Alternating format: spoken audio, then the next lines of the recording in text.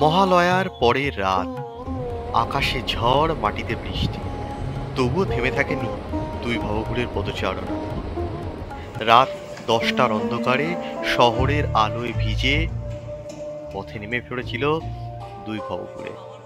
আমাদের প্রথম গন্তব্য ছিল দক্ষিণ কলকাতার কেন্দুয়া মাতৃমণ্ডপ, যেখানে এবারের থিম নিগুড়ো।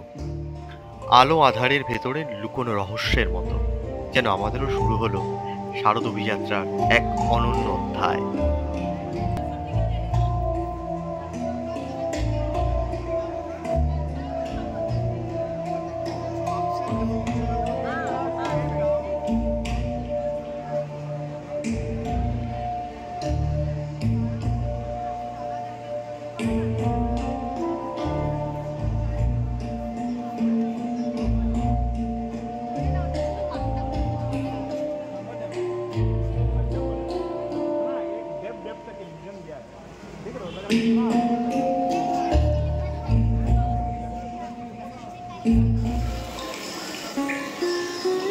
কেন্দুয়া মাতৃমণ্ডপকে পিছনে ফেলে রেখে এবার আমরা পৌঁছলাম নাকতলা উদয়ন সংঘে, যেখানে এবারের থিম তর্পণ। আলোকসজ্জা এবং শিল্পকলার ছোঁয়ায় এক চিরন্তন শ্রদ্ধার অর্ঘ্য যেন মণ্ডপ জুড়ে মিশে গেল।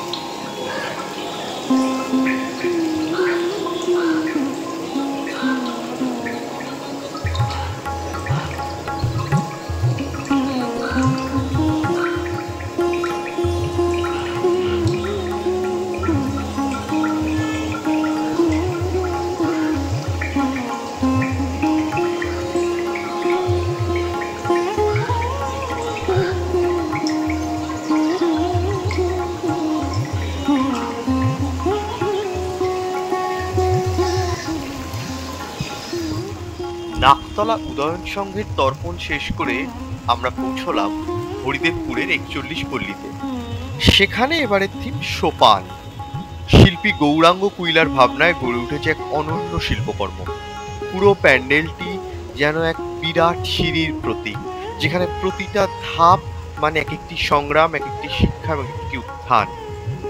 আলো, রং আর শিল্পকলার মেলবন্ধনে এই সোপান আমাদের মনে করিয়ে দিল প্রতিটি ধাপই জীবনের এক নতুন অভিজ্ঞতা, যা আমাদের পৌঁছে দেয় শিখরে।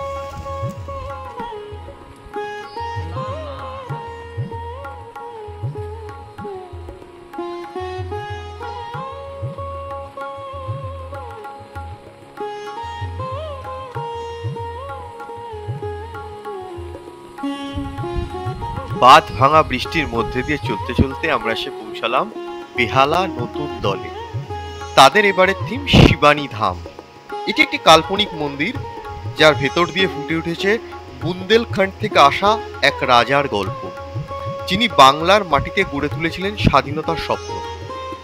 এখানে পুরো মণ্ডপটাই যেন হয়ে উঠেছে এক গল্পকার, আর আমরা দর্শক সেই অনন্ত কাহিনী।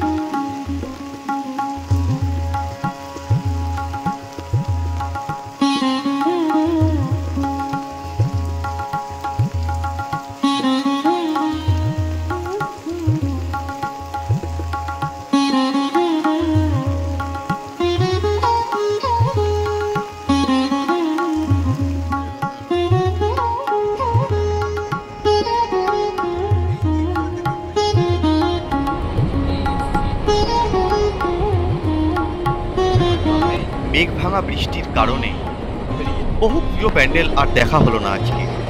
ভয়ঙ্কর বৃষ্টিতে রাস্তায় জমেছে এক কোমর জল। তবুও দুই ভবঘুরের পদচারণা কিন্তু থেমে নেই। প্যান্ডেল যাত্রা আমাদের চলতেই থাকবে।